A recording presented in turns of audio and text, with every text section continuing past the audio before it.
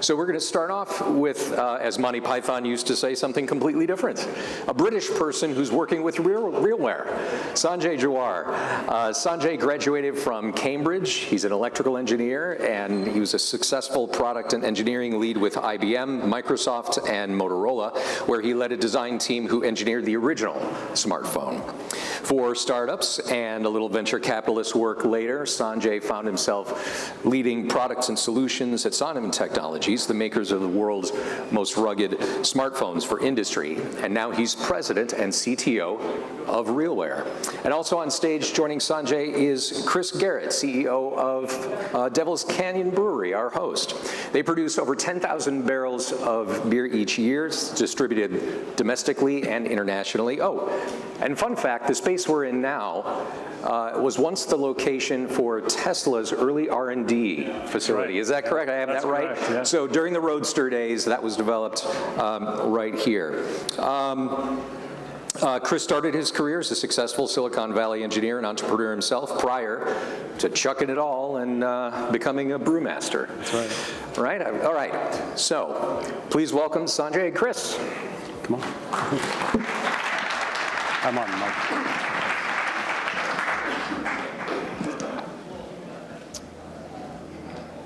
So whilst we're getting logged into the laptop there, first of all, Chris, on behalf of RealWear and our entire team, thank you so much for letting us use this wonderful location. Not only is it a little bit non-traditional and kind of fun, and wait till we open the bar, but Chris has gone above and beyond in allowing us to actually interfere with his working business back there, which you're going to see in the next couple of hours, and probably more than he bargained for. But it allows us the opportunity to show you live industrial process stuff. Clearly, this is not an oil refinery. Clearly, it's not a giant operation, but it's a pretty sizable operation. And in microcosm, everything you see here that we're going to try and show you is representative of what you'll see in heavy industry around the world. So thank you so much, Chris, for letting us do this to your business. Yeah, no problem. Well, thanks again for coming out, everybody. We appreciate seeing you here. I hope you're enjoying our space. And I hope you had enough of the food trucks. Soon enough, we're going to have some beer. I hope we're all into that, right? No clapping? No? Nothing? You know, I started the company about 15 years ago. We sell beer to about 7 states, 6 countries.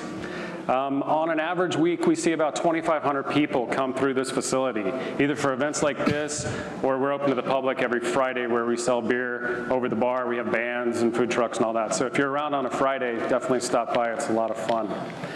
But we kind of took a little bit of a standard approach that you see in most breweries, where you take ingredients, equipment, packaging, put those together, make beer, ship it out to distributors. They then send it to restaurants, bars, and then to, of course, grocery stores, hopefully ending up at the consumer where we hope they like it. That's pretty much the standard of what everyone else did. We changed that process a bit, and we took a sustainable approach where we actually take a look at the economics, we look at the environment, and then, of course, we look at our community and our social equity, and we try to tie all those things together. A lot of the kind of accoutrement in this building came from buildings that we tore down and then incorporated into everything you see here. Everything from the stage to even this beam that was broken above us. All these beams, when we took it down, it had a drop ceiling. We ripped all that out. We had to jack it up. They should have thrown the building away. But kind of our ethos is to reuse everything possible. We've worked with everybody from Roche to Genentech to Diageo, you name it. And 90% of our infrastructure is actually rebuilt equipment. What we don't use then goes to nonprofits, schools, police, fire, and then the third piece, it becomes actually income, and we sell equipment. But you can imagine a lot of the struggles of trying to incorporate and build in pieces of equipment that are destined for landfill. It's a challenge. So you can kind of see when you look at a traditional brewery, we did that, and thank goodness these guys came along because they have some really great ideas.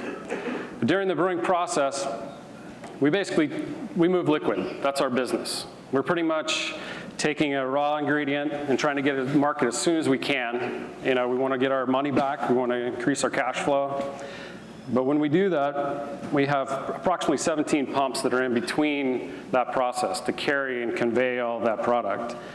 And within that, we're going to take a look at this first slide here and kind of talk about some of the challenges we have with that. So yes, Chris, so actually if you want to go back one slide. Yeah, absolutely. So I think what we see here is your process, and maybe you just want to take us briefly through from left to right. Yeah. Pretty much we start out with 2-row barley, so it's our base grain. We're going to try to extract the sugars out of that barley. And the way that we do that is we actually mill it. That goes into a mash tun. What we're trying to do there is actually activate 2 enzymes. One's a beta amylase, one's an alpha amylase. One of them's your sugar, so you can get your ethanol. One of them's a starch, so you can get your body and your mouthfeel in your beer. From there, then, we pump it again. There's that pump. We're going to keep talking about that all day long. We're going to pump that into a mash kettle. We're going to heat that up, really do those conversions, then go into a lauter tun where we're going to wash all those sugars off. We'll take all that wash, then we're going to put that into a kettle. We're going to boil it. We're going to remove a lot of the kind of precipitant and a lot of the microbiological impurities.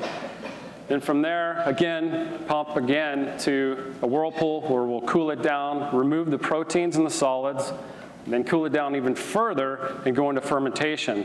In fermentation, then we're going to add yeast. Yeast is going to go to work on those sugars. It's going to generate ethanol. It's going to generate more yeast, and then CO2 is a byproduct for carbonation. From there, now we need to package. So in our brewery, we can our product, we bottle our product, different size cans and bottles. We also put it in kegs. You can kind of see there, we're filtering it into those systems, again, pumped and moved. A lot of challenges along the way. The supply chain is pretty nasty. We have points of failure everywhere.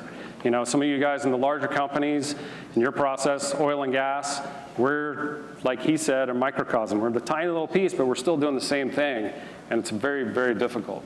So Chris, the first part of the process we're going to look at is the wort pump. And one of the issues with the pump, which is this pump here, it's pumping some of that liquid out into fermentation.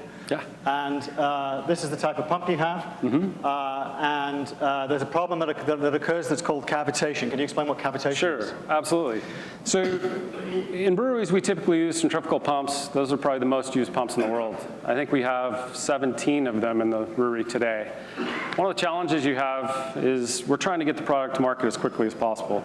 We want to free up that cash flow, release those ingredients. We also want to run efficiently so our employees aren't logging extra hours. If you cavitate a pump, that means that you're creating micro explosions inside that pump, inside that actual head there. What happens then is you're destroying your product, so you have a QA issue. So all of a sudden we have a quality problem with our beer, and it actually is damaging that beer. Then secondarily, it's slowing the process down, and so we're actually not getting the process done. So labor cost goes up, those ingredients hold. So there you go. So we're going to see a cavitating pump when we go to our demos, and we're going to see normally what happens is if that happens, you have to adjust the pump, and that's a kind of a complex procedure. It involves a number of programming steps in the pump controller, and if the expert isn't available who knows how to do that, then you can make the problem worse or go in the wrong direction. So we're going to see Hewlett-Packard Enterprise, who's going to show us a better way to, we're going to see LibraStream, my mistake, we're going to say LibraStream, who's going to show us a better way to solve that problem. Right. Then next we're going to go to the fermentation process. And so there's a number of steps in fermentation, there's a number of variables that you have to control to get the right quality and the right type of beer. So maybe you can explain what those are. So for our QA for the brewery, we're constantly monitoring our temperature, our gravities, which is the total amount of sugar that's in the product, as well as our pressures. We're really trying to write all that down, literally almost an hourly basis. We're checking that stuff. If we don't, again, cash flow is impacted because the fermentations could take longer. QA is critical at that point because if you have a stuck fermentation, your beer may never work. You may have to dump it. So we're trying to record as much as we can. You can kind of see, we look at our temperatures, we were looking at gravity, pressures, and then we actually write this stuff down. This is where it becomes a challenge. We have a sheet, we write it on that sheet, it gets wet, you can't read it, Then it goes into a binder. Well, in that binder, it's not perfect. It gets mixed up, it's hard to find. Then, so that I can see it as the CEO and see how we're tracking and actually measure my employees, we put it in spreadsheets. Well, now I have to go find that spreadsheet, and I have to go track that data down. There's got to be a better way.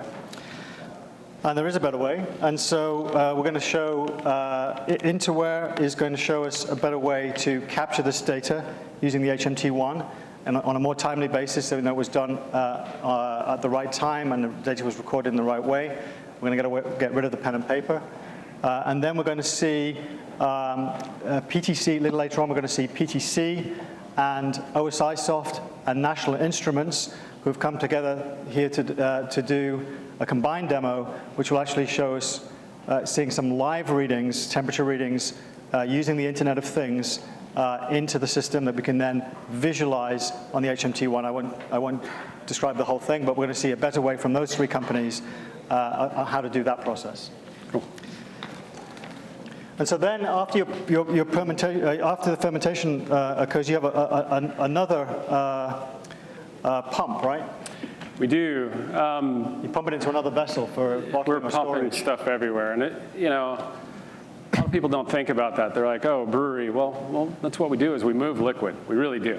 I mean, I can't remember a day we didn't use a pump, literally. Out of the 17 pumps, we're having to tear those things down constantly. So we're having to maintain them. We're having to go through them, strip them down, make them more efficient. They leak, you lose product, and it's a total disaster. But I mean, you can kind of see some of the different pumps. I mean, it's endless. It truly is.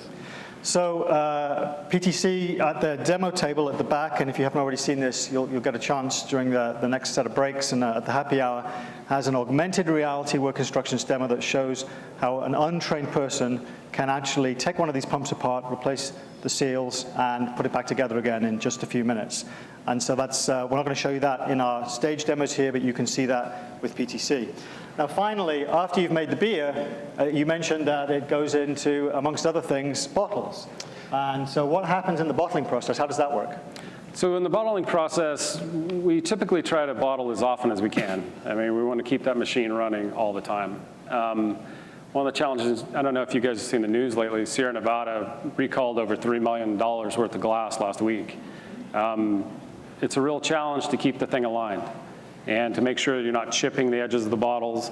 And when the thing breaks, you can't shut down for an entire day. I mean, you lose your business overnight in that case. Worst case, you end up injuring somebody. And part of the challenge there is to keep our people trained and knowledgeable about how to use the machine and also interface with the manufacturer of the machine so that they can then guide us how to use it more efficiently. And so part of that is calling them constantly. Well, they can't see it. We tried FaceTime, we've tried all kinds of stuff. We have books, we go through it. The machine has been down in the last 6 months 10 times. And if we had an application like what he's going to talk about, it would make all the difference. What's the impact of that downtime? Your machine goes down 10 times in a month. I mean, what is the impact of that downtime on your business in dollars, if you can estimate it? Oh, man. I don't know if you could even estimate it. The issue is now we have more labor costs. The guys are standing around, they have nothing to do. That's the first piece. Second piece is we've already spent the money on all the ingredients, so they're sitting there. So time to market is lengthened. The other challenge too for me is that when I have customers like Safeway and Costco and Whole Foods and Target, I have a slot on the shelf for my product. If my product doesn't show up, they don't know that. What they know is what they sell. So they look at the data on what they're selling.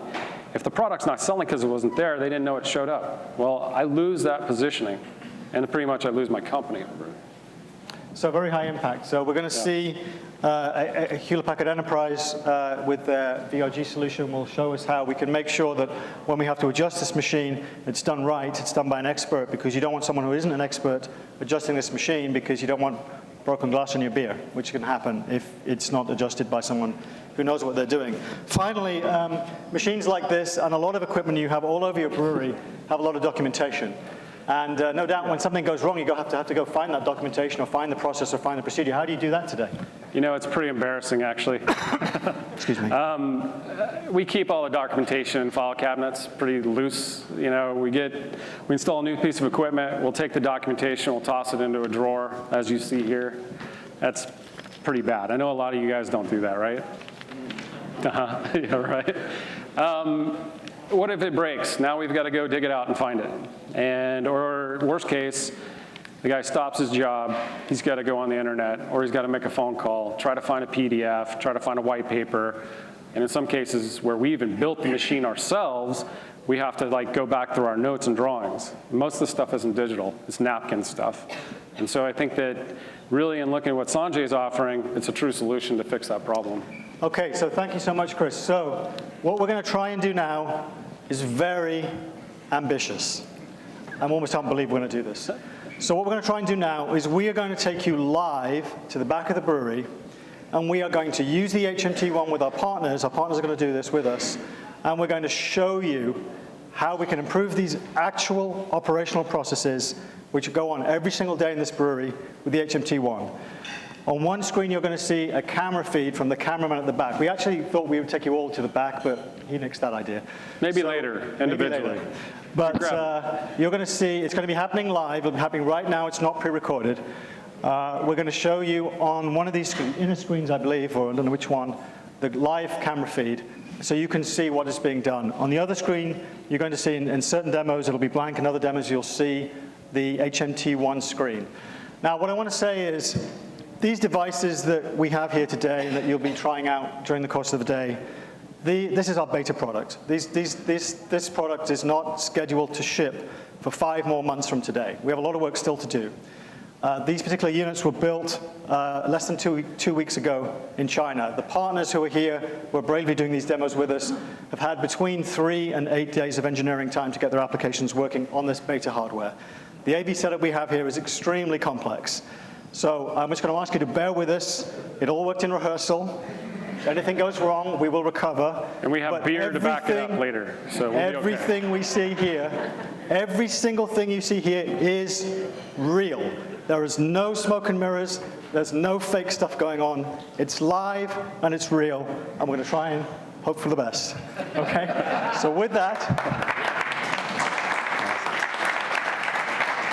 I'd like to get Gary to come up here first. And if Chris, if you're ready in the back. And I think we have Come on Gary or Salini first. Okay.